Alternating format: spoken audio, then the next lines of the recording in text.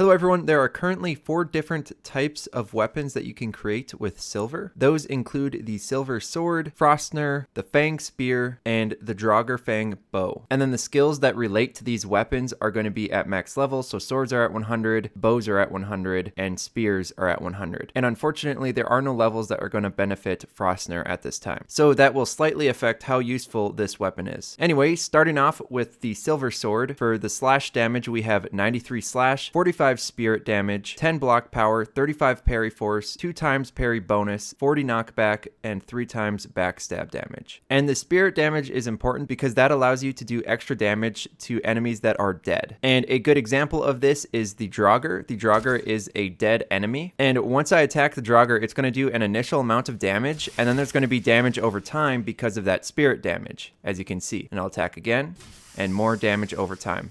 And then it looks like with every single slash, you're going to do roughly 80 to 90 damage with this sword. And that is going to vary depending on the enemy that you're facing. If you're facing an enemy with higher resistance, the damage is going to go down. If you're facing an enemy with lower resistance, the damage will go up. For example, an enemy like the stone golem is going to have a much higher resistance. So I'm not even going to be able to get close to that 80 damage against this enemy. As you see, I only do 45 slash, 46 slash, or 40 slash. And because this enemy isn't considered to be a dead enemy, there is no spirit damage taking place against the stone golem. So generally, you are going to still be around that 80 to 90 damage mark with this sword for the basic slash attacks.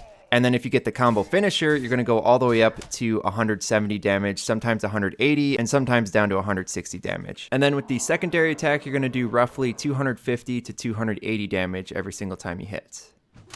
So there's 275, 275, and then there's the 257, so a little bit on the lower end. And then if you parry an attack, you're really going to get some high damage numbers with this weapon. So we'll go ahead and parry, and then we slash. There's 180 damage, or 175 damage on just a regular slash. And then 180 damage right there. And then if you parry and do the secondary attack, you can reach really high damage numbers. You can see we just hit 497 damage with that secondary attack. And then 548 damage with that one. And then if you are doing backstab damage to an enemy, so for example, you are sneaking up on them and they do not see you, you can do a pretty darn high amount of damage to them as well. So we're going to sneak up to this brute right here, slash, and we do up to 280 damage. Sometimes on the lower end, it's around 240. And if we sneak up to this one and do a secondary backstab damage attack, you're really going to get some high damage numbers.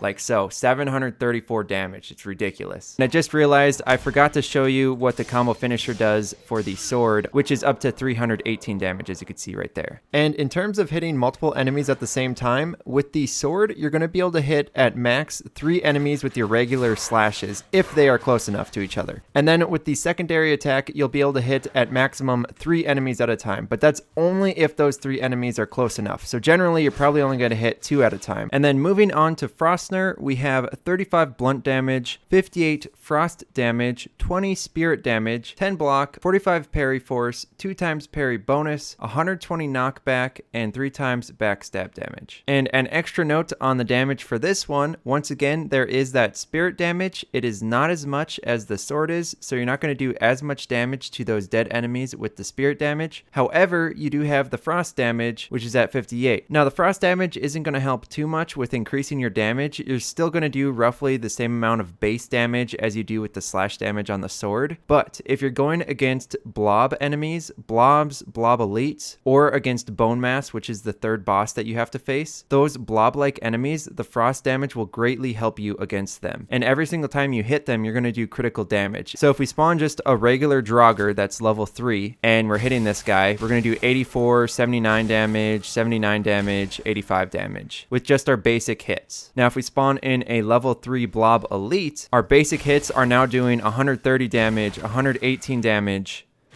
137 damage, 130 damage. So as you can see, it's dramatically increased. And now we have a regular enemy again, and we're back to the 81, 83, and 160 damage for the combo finisher. So we'll try that combo finisher once again, and there's another 170 damage hit for the combo finisher. So you're going to be roughly around 160 to 180 damage for the combo finisher. And an extra thing to note is every single time you're hitting this guy, because of that frost damage, you are slowing them down. So every single time I hit this guy, you can see there is a little bit of a frost effect, and that swing is temporarily slowed down. It doesn't last for very long, but that will help you if you're right in your enemy's face and you're attacking them at the same time. It might help you to get 1 or 2 extra hits off before they hit you. In terms of the secondary attack, you're going to be able to do 221 damage, 227 damage, and sometimes all the way down to around 200 damage. So you're going to be bouncing around roughly 210 to 230 damage with the secondary attack. Now, if you parry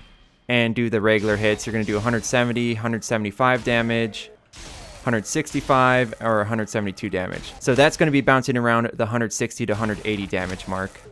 And then your combo finisher is going to do all the way up to 330 damage on a parry attack. And then finally for backstab damage, if you do the regular attack, you're going to get up to 239 damage. And if you do the secondary attack with backstab damage, you're going to go all the way up to 680 damage. With Frostner, you're going to be able to hit a maximum of 2 enemies at a time if they are close enough to each other with the regular attack. And then with your secondary attack, you'll be able to hit only 1 enemy at a time. Moving on to Fang Spear, you have 88 pierce damage, 10 block power, 0 parry force, 2 times parry bonus, 20 knockback, and 3 times backstab damage. Now with this weapon, you're not going to have any special bonuses against any type of enemies, since the only type of damage you have is pierce damage. So if I go up to this Draugr here, I'm just going to do a regular 84 damage, 86 damage, sometimes down to around the 76 damage mark. So the damage will bounce around roughly 75 to 90 damage with the spear. And then in terms of combo finishers, this weapon does not have any. However, if you keep hitting an enemy, eventually you might be able to start getting critical hits if you stun them, because you can just keep on smashing the regular attack button, and if you get that stun, you can rapidly get those critical hits off. Like right now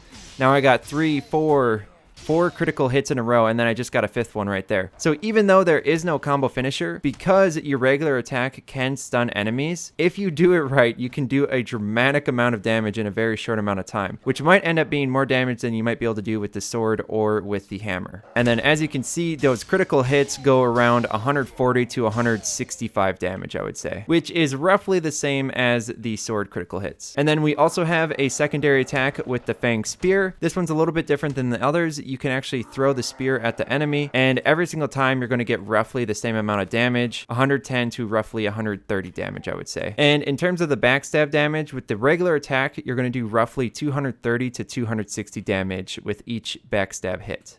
So there's 249, 260, 258, and 259. In terms of the secondary attack for backstab damage, you can go all the way up to 377 damage. With Fang Spear, you'll be able to hit a maximum of 2 enemies at a time with the regular attack, but that is only if they are close enough once again.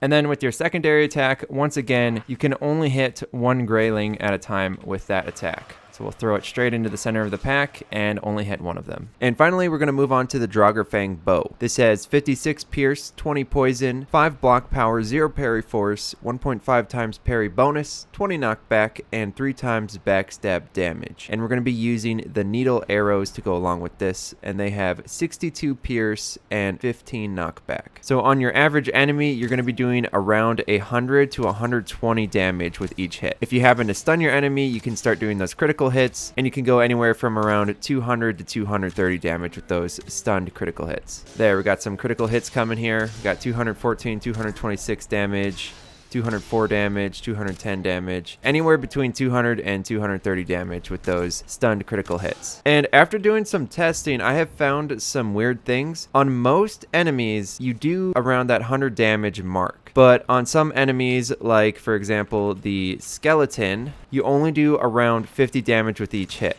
As you can see right there, that was only 56 damage. Or for example, the blob elite, once again, you're only going to be doing that 50 damage mark. And neither of those enemies have a particularly high resistance, which is kind of weird, because this is something you would expect from facing the stone golem, which has a very high resistance.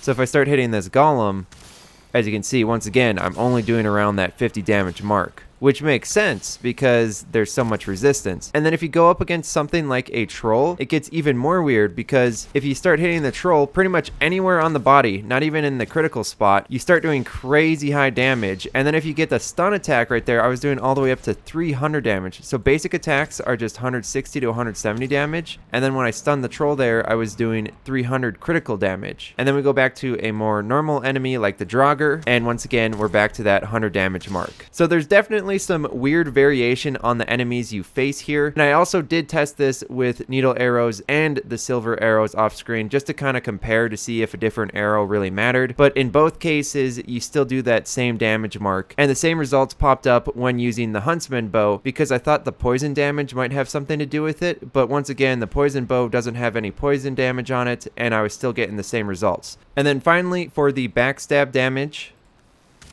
you can go all the way up to 327 damage. So pretty high, just like when you're throwing the spear. In terms of hitting enemies with the bow, you're only going to be able to hit one enemy at a time. Even if you send an arrow into the center of a pack of enemies that are chasing you, you still are only going to hit one enemy at a time.